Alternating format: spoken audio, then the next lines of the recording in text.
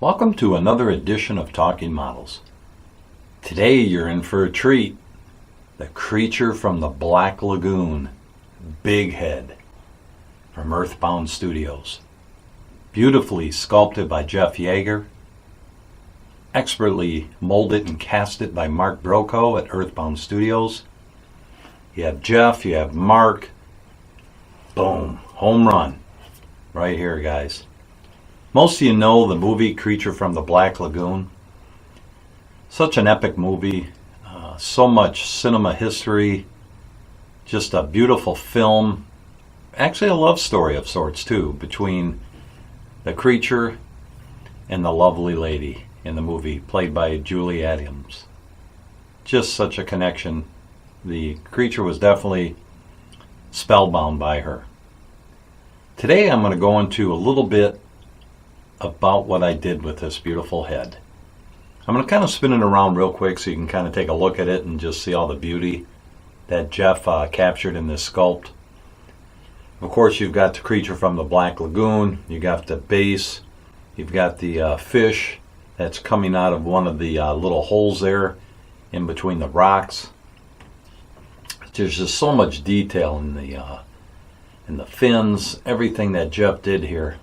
As you can see, he just did a really great job. Bravo, Mr. Yagher. So this is the creature from the Black Lagoon. Now I'm going to go in a little bit of detail of what I did with this one. I apologize if this video is a little longer than the others.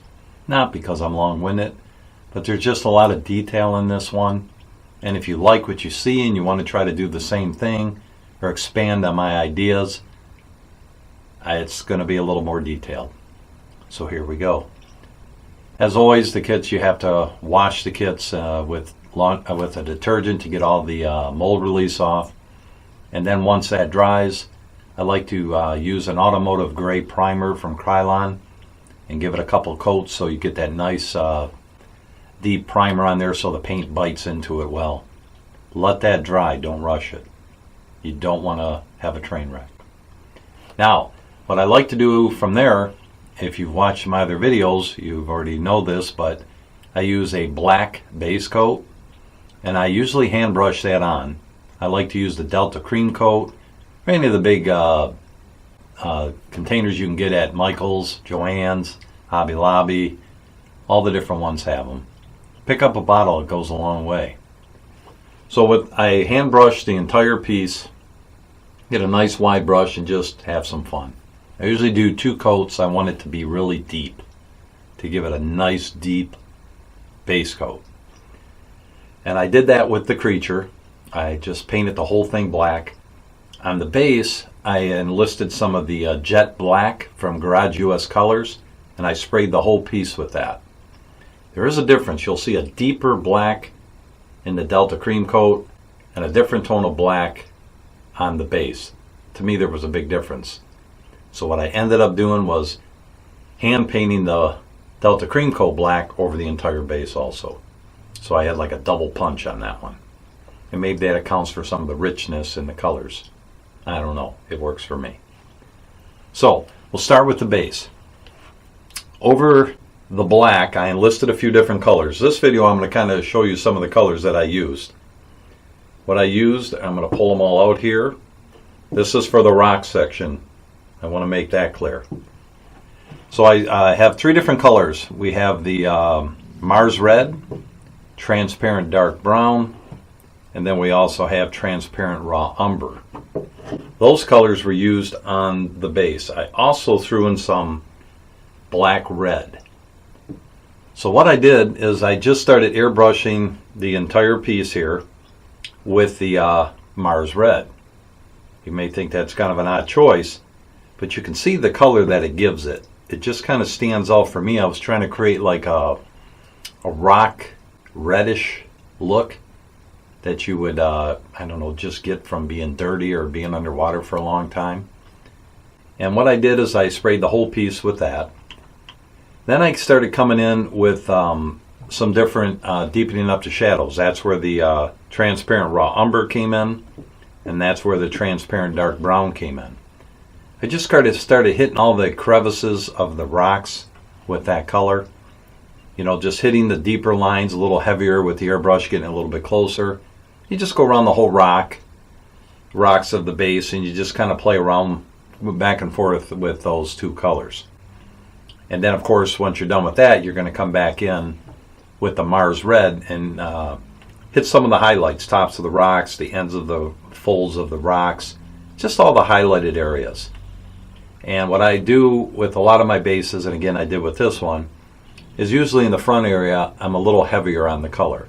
I want it to pop a little bit more and then kind of back off as I go along the backs, the sides, and you know, as you can see, it just is a different contrast.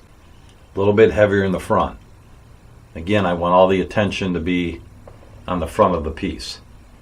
Then of course when you get all that going, I always like to pull in my trick of the transparent black. And this is actually from ComArt. I really like this transparent black. I've tried other ones. I don't know what they're doing with this one over there at Iwata, but I really like this one. And I actually buy them in the bigger, I think they're 8 ounce. They're pretty big. And I have a couple of those, and I just always refill the little one. It's easier to get in the airbrush than that big thing you squeeze in. It's a train wreck and it's a mess. So this is the one I like to use for that.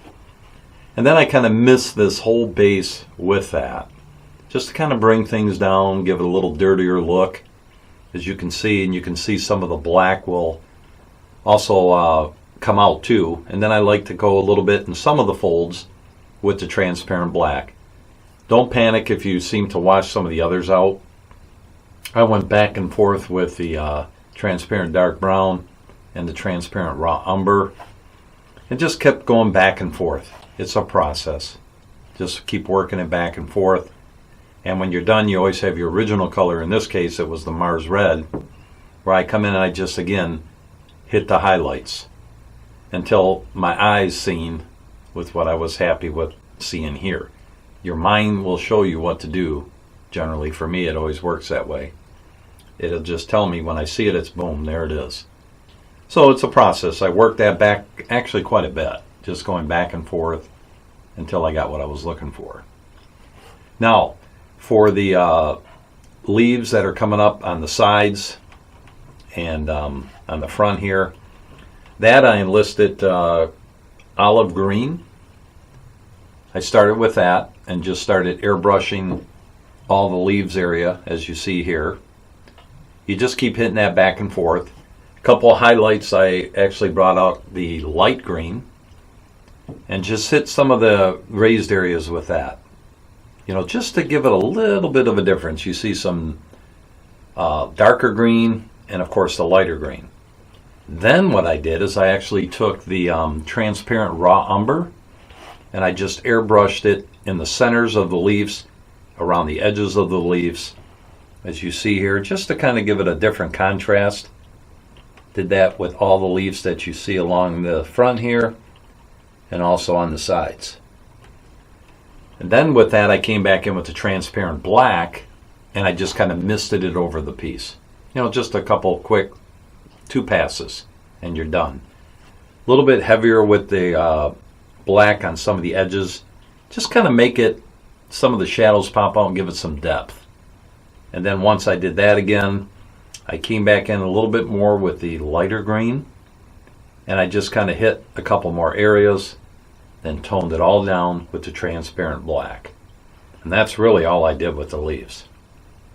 Now we're going to go to the nameplate. That again over the black, I brought out another one of my favorite colors from Garage US Colors, pale blue. That's what I used for the background. I started out light because I just wanted to kind of have it like the illusion of like water, like a blue water. So I started out light with that. I ended up coming back in with heavier, closer with the airbrush. That's where I brought out my Extreme Patriot at first to hit all the blues. Then I switch over to my chrome so I can get in there a little bit tighter. It's a very fine detailed brush. And I come in, I got a little bit brighter on the edges, around the letters, just to punch it up and make it stand out. And I wanted to do that because I knew once I painted in the letters, I didn't want it to get lost. I wanted it to kind of pop around the lettering. And that's what my mindset was when I attempted that. For the lettering, one of my favorite colors here is Ilgot Green, and it's from the Badger Freak Flex line of paints. This is just a great color, especially like for green eyes on some of the monsters. I love using this color. You can airbrush these. They're very thick. They're more for a base coat, for it to really adhere to your kit and give you a nice starting point. But it also offers a lot of other benefits that you can use throughout any project. So that's what I used on the lettering. I basically hand brushed all the letters of the creature from the black Lagoon, and then I actually thinned this down pretty good, and I came in with the chrome airbrush and I airbrushed each letter. That again, then you got to go back and touch some of the blue up if you get a little crazy and it blends over too much. I only had to do that a couple times. The finer airbrush that you use, you can get in there really tight and actually do things like that, and it actually works. Again, when you're coming in to do something like that, take your time. Another trick is just support your hand and get in there real close, and it just keeps your hand steady so you don't do one of these. This actually does help. Brace both hands to the table and just take your time. Thin the paint down, not too thin, and you want to be careful when you're spraying something too thin. If you get too close, it's going to splatter. Be honest, it's happened to you, right? And it can happen real easy. And a lot of times for me, if that ever happens, I usually just take the color and then I take a hand brush, a real fine brush, and kind of fix it and maybe put a little bit more paint and just kind of blend it back in. But there's something about the airbrush when you're doing lettering, it gives it a nice smooth finish. You can get that with a paintbrush. You just have to be a little bit more patient. So that's all I did here with the nameplate. For me, I wanted to, again, the green from the creature, blend it in with the blue from the water, blend it in with the reddish rocks, the green. I think it was a nice balance. It just really makes the base blend and pop, but it doesn't take away from the guy, the green guy right here on top. And again, I covered this in one of my other videos. You want a piece to blend. You want to first grab somebody's attention with the base and then bring it up to the crescendo, the main subject. And that's how I try to approach everything when I paint it.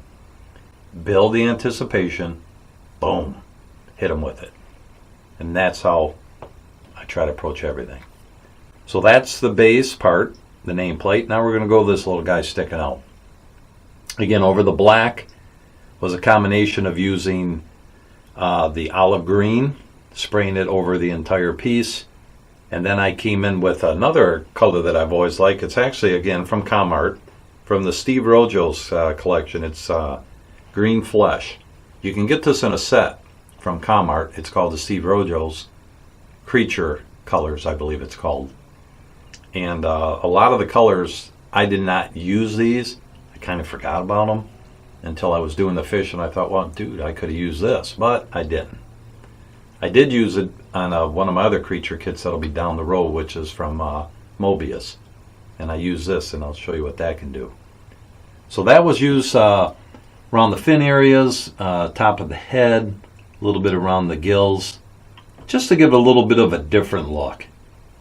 And then again, you just come back in with, for me, I sprayed it down a little bit, some of the areas around the gills with some transparent dark brown, just to give it some different coloring here. Come back in with a little bit heavier in these areas here with your original color, and just kind of hit them there so it kind of stands out. Now I did a lot of work on some of the spots, which really doesn't show because it sticks in. I did some spots on the back of the fish like you would see in a fish as the coloring. You just hit them with it. I did that with transparent dark brown, just in with the airbrush and do circles. Then I came back over that with a transparent black, just kind of hit the centers of it. Now for the eyes, that was airbrushed in with Garage US Colors, you're welcome, Jess, of neutral gray. And I just airbrushed again with the chrome, just a couple circles here to get the base color. Came in then kind of just misted all the edges of that with some transparent black The pupil was done in metallic black. Again, don't freak out when you dull coat metallic black, metallic, boom, it's gone. It just gives you a different hue to black, which I think works very well. The lip area here was airbrushed with a transparent Mars red. We have the regular red, and then we have the transparent Mars red. I really like that color, so I just came in here and sprayed that a little bit. Then I actually came back in with some dark red and also went back and forth with it just to get it a little bit different look, not too red like you see on his lips. And then brought it all down with transparent black, which was done with this whole piece. His teeth were done with Freak Flex Rotten Tooth Tan, another great color. Love using that for teeth on werewolves and all the different creature teeth that are kind of rotted tooth tan, right? Each of those were just hand brushed in, then sprayed over with some transparent dark brown, and then a little bit of black over the whole piece just to bring some of the colors down. Now the fin that you see here, you might see a little bit of glistening to it. That's when I brought out some of the Iridescent Paints from Graduous Colors. That one was done with the Iridescent Purple and the Iridescent Blue. I kind of started with blue first, and then I did a couple of quick passes with the purple just to give it a little bit of a different look. And I think it accomplished what I was trying to do with it. So if you look at fish, a lot of times their gills are kind of see-through or different colors. That's what I was trying to do with that. And that's really all there is to the base. Sounds easy, but there was a lot of work that went into that. Just take your time, one piece at a time. Treat this as two kits, the base and the head. So with that said, we're moving on to the head. Again, over the black, a lot of different things going on here. Basically what I did is I sprayed the whole piece with the olive green, which I showed you earlier. I just sprayed the entire piece with that. Then I started coming in. Now there's some detail work that starts. Oh boy, the detail work.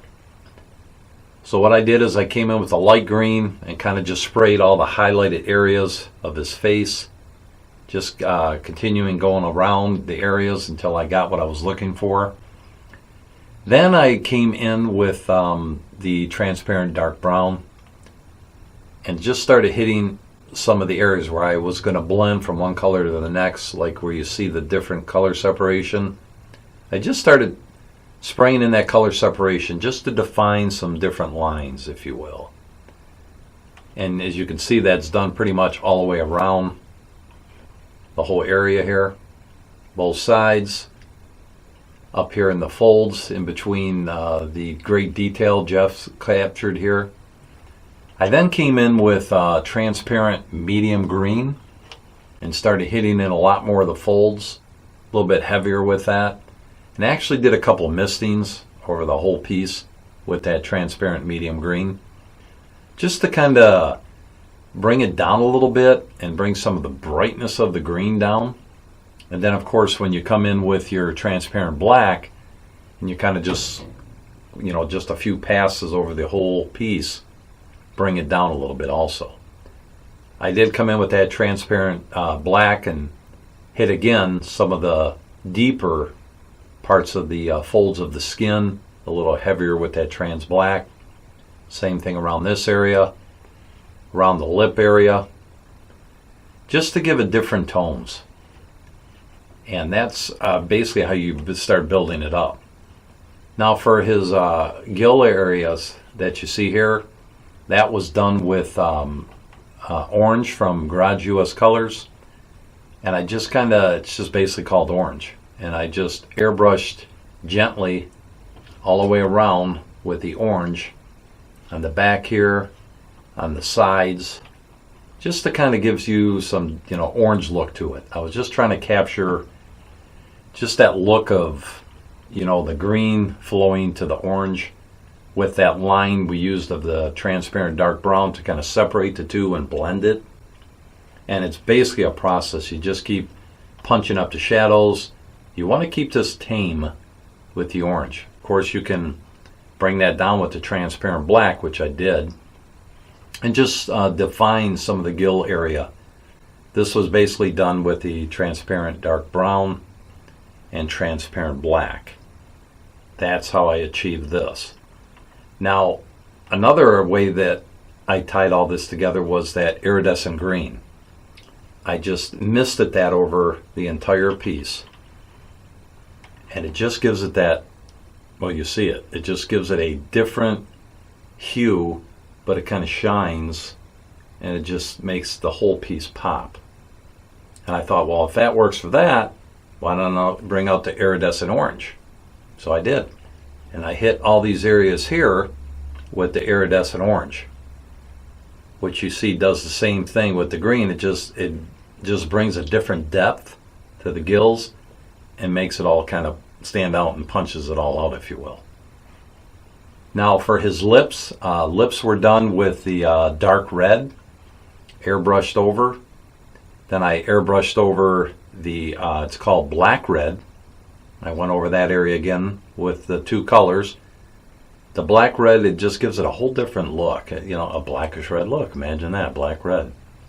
Then I came in with the dark red, just kind of hit the centers of the lips, the top of the lip, just to give it that different look. You know, like a little bit brighter in the front, and then it just kind of blends back into a darker red.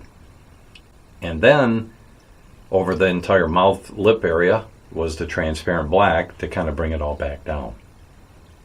And that's really all I did with that. Now the inside of the mouth, his tongue, and on the, you know, the, I guess this would be the gums area of him. That was done with straight up dark red. So I sprayed the areas pretty heavy in there. Kind of under his tongue area, I just kind of left it. It faded out to the darker red, the black red, if you will. But I wanted the tongue and the gum area to just kind of have a whole different look to it. Because I knew once I clear coated it and put the gloss on it, that it would really stand out. That's why you see what you see here. So basically just going back and forth with that dark red and then playing with the transparent black, I got the look that you see here. And then now when we go into the bottom area of him, I've seen that done many times with like a tan or different things of that colors. I like that. I seen Steve Rojo's build-up of this that he did for Earthbound. Amazing, Steve. But I was trying to go, I had a darker look going. So what my eyes wanted was a darker yellow, if you will. So to accomplish that, I pulled out Garage US Colors Yellow Orc. I think it's ORCHE. And I just started blending and building the colors over the black. So as you can see, it just gives it a nice different contrast from the greens to the orange to this yellow orange.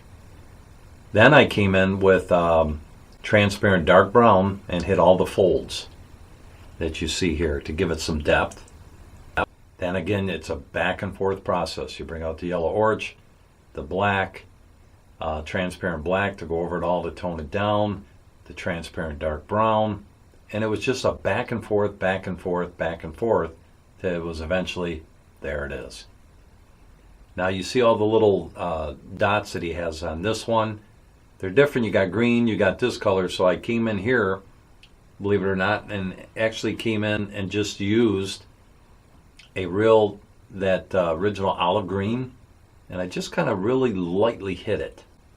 And as you can see, it just gives it a different look, but it's not as bold as these up here on his skin area. And then of course, when you mist it a little bit with the transparent black, it just brings it down.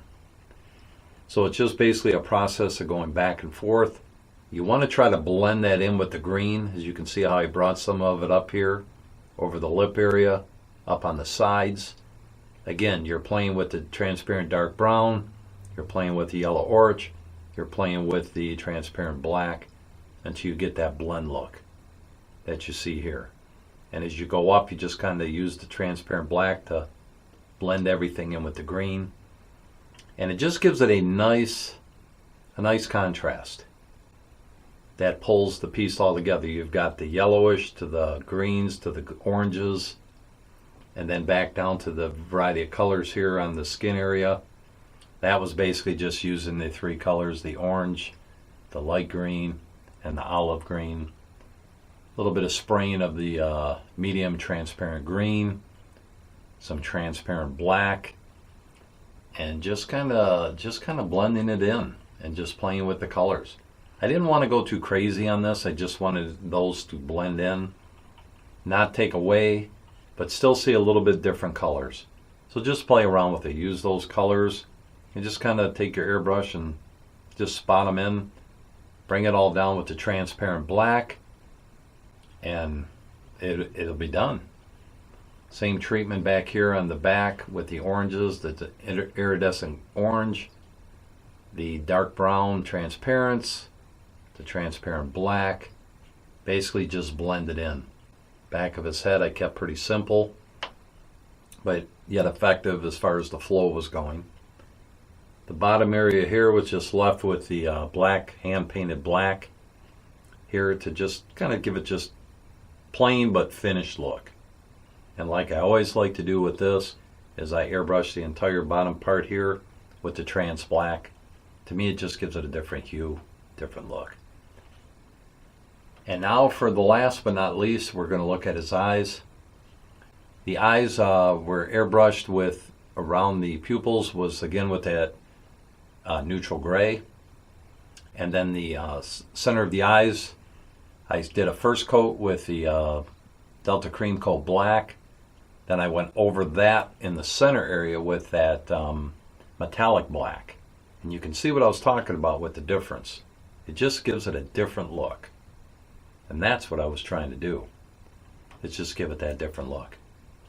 Then of course around his eye area, I just played with a different hue.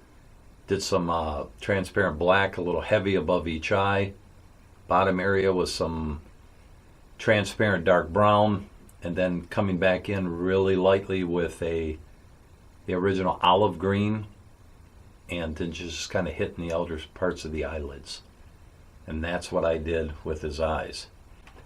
Now to make all this shine like you see on this, I just enlisted this color. Actually, here was the yellow orch right here. I forgot to bring that one on. I'm sorry. That's the color that was used for all the bottom area. This is just a great color. Check it out. Jesse has this too. Now for the glossing, I used to use triple coat, I think it was called. And I do like that. I still use that occasionally. But my new best friend is what Saul Alvarez turned me on to. Is this guy. You have Tamiya Color Acrylic Clear. This stuff is the bomb. You don't have to thin it down. You just hand brush it on. It can be airbrushed. Just make sure you don't put a lot in your airbrush because you don't want that thing clogging. I may or may not have had that happen. So you want to put a little bit in there. It does blow nice, but it spreads nice with a brush. And that's what I used. Probably have 3 coats on the eyes. You know, just use lighter coats. I usually do a couple. Let it dry while I'm doing something else, and I come back in with one final. Get a nice wide brush or a nice medium-sized brush that is very soft, and it just flows. So I hit both eyes. I did inside the tongue area, the lower part behind his lips, the gum area on the sides, and I just kept working that same process in the 2 of those. Also used it to gloss the fish's eyes, the inside of the fish's mouth, and of course the fins. I just decided, you know, it might look cool to put some of that on over the iridescent paints. And I think it just, again, it makes it pop. And that is the creature from the Black Lagoon by Earthbound Studios. If you haven't picked this kit up, what are you waiting for? Mark's got a lot of beautiful kits in his Big Head collection and a lot of the Universal Monsters. This is actually the first one in a series that I'll be doing. I have a few of those on the other side in the display area, and I'm going to be hitting and highlighting those in the next few videos. So this is going to be Earthbound over probably the next 3 or 4 videos, and we'll take a look at that awesome line. Now, I'm going to put Mark's contact information at the end of the video, and you can hit Mark up and check it out and order one of these and tell him Troy Naird from Talking Models sent you, and tell him that his kits are amazing, which they are, and support this guy. You know, he keeps saying he's going to retire, but nah, Mark, I know where you're at, man. I got your number. Not doing that yet, dude. And hit him up for one of these. Also, I'm trying to get to 100 subscribers. Will you help me? At the time of shooting this, I think I'm at 66. And I just need some more to get me to 100. I don't win nothing. I don't get anything. But you're supporting somebody that loves the hobby and loves to do videos and help you with maybe something new, something you haven't tried before. Maybe give you an idea. Maybe you'll like what you see and want to do the same thing. And maybe you just like to watch videos about other people doing the hobby that you love. That's what I like to do. I love watching videos of guys talking about models. That's why this is called Talking Models. So please subscribe. Hit me up if you have any questions. Like these videos, please. Like them, share them, comment. It's all good stuff, isn't it? So again, thank you today for taking probably a long time out of your schedule today, watching this video. I hope you learned something. And thank you again for stopping in to Talking Models with Troy Naird. And may the Lord bless your day.